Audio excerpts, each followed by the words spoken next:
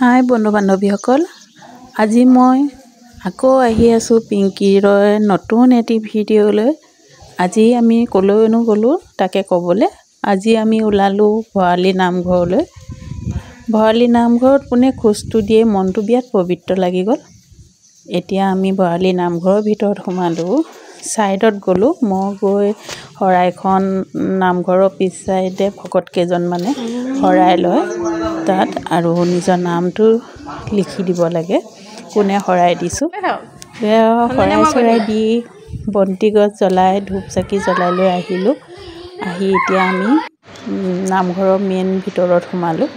দেখিছেনে নামঘৰৰ মেইন ভিতৰতো ইমান ধুনীয়া পৰিপাটি, ধুনীয়াকৈ ধৰাবিলাক পাৰি থৈছে মানুহবোৰ বহিবৰ কাৰণে।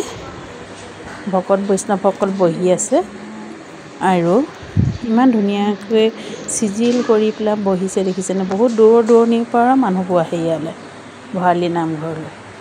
মই শুনিহে আছিলোঁ, মই যোৱা নাছিলোঁ, এবাৰ প্ৰথম গৈছোঁ। এই যে আপোনালোকে যে দেখিছে যে বক্স দুটামান আছে, মই দেখুৱাম আপোনালোকক চাব। সেই বাকচকেইটাত দক্ষিণা দিব লাগে। এইটো দেখিছে নহয়, সেইটো দক্ষিণা দিব লাগে। আৰু সেইটো যে ৰঙা কাপোৰে মেৰিয়াই থোৱা আছে, সেইটো হৈছে তুলসী গছৰ গুৰি। বহুত বছৰ পুৰণি, সেইটো বহুত বছৰ পুৰণি তুলসী জোপাৰ মেইন গুৰিটো তাত ইমান ধুনীয়াকৈ থৈ দিছে। সেইটো আমাক এজন ভকত বৈষ্ণৱে আহি ক'লেহি যে সেইটো হেনো বহুত যুগৰ পুৰণা তুলসী খুঁটা, তুলসী গছৰ খুঁটা গুৰিটো তাত ধুনীয়াকৈ ৰঙা কাপোৰে মেৰিয়াই, বগা কাপোৰ আৰু ৰঙা কাপোৰে মেৰিয়াই ধুনীয়াকৈ থৈ দিছে। ওচৰতে সিংহাসন আছে, তাৰপিছতে সিংহাসন আছে। এইটো দেখিছে নহয় তুলসী গছ, এইটো তাৰ মাজত সোমোৱাই থৈ দিছে ধুনীয়াকৈ গামোচাৰে, ফুলৰ গামোচাৰে মেৰিয়াই পেলাই।